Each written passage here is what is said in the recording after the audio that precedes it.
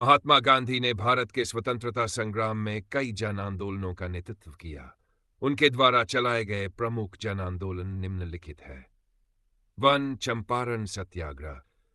यह गांधी जी का पहला बड़ा आंदोलन था, जो बिहार के चंपारण जिले में नील किसानों की समस्याओं को लेकर किया गया था।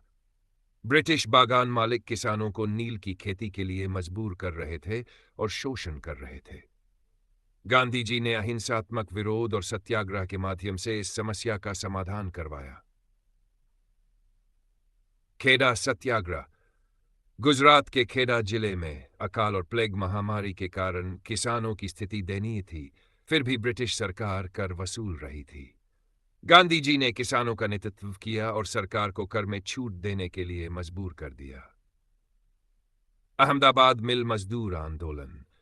अहमदाबाद की मिलों में काम करने वाले मजदूरों को कम वेतन मिल रहा था। गांधी जी ने मजदूरों के हक में अनशन किया, जिससे मजदूरों को उचित वेतन वृद्धि मिली।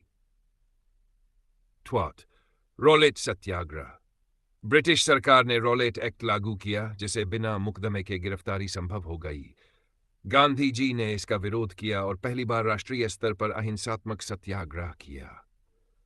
इस दौरान जलियांवाला बाग हत्याकांड, जिसने पूरे देश को झकझोर दिया। मौन। असहयोग आंदोलन 1919 डी। जलियांवाला बाग हत्याकांड के विरोध में गांधी जी ने असहयोग आंदोलन शुरू किया। लोगों से ब्रिटिश सरकार का सहयोग न करने, सरकारी नौकरी छोड़ने, विदेशी वस्त्रों का बहिष्कार करने और स्वदेशी अपनाने की अपील की। चौरी चौरा कांड 9 में हिंसा भड़कने के कारण गांधी जी ने आंदोलन वापस ले लिया। 6. सविनय अभियान डी फ्लोज। नमक पर ब्रिटिश कर के खिलाफ गांधी जी ने दांडी मार्च किया। 200 दिन की यात्रा के बाद अप्रैल को गांधी जी ने दांडी पहुंचकर नमक कानून तोड़ा।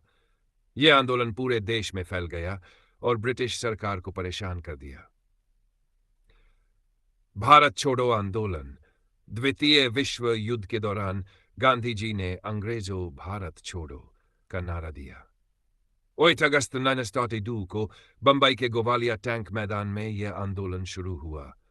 गांधी जी और अन्य नेताओं को गिरफ्तार कर लिया गया, लेकिन आंदोलन व्यापक रूप से फैला और स्वतंत्रता का मार्ग प्रशस्त हुआ।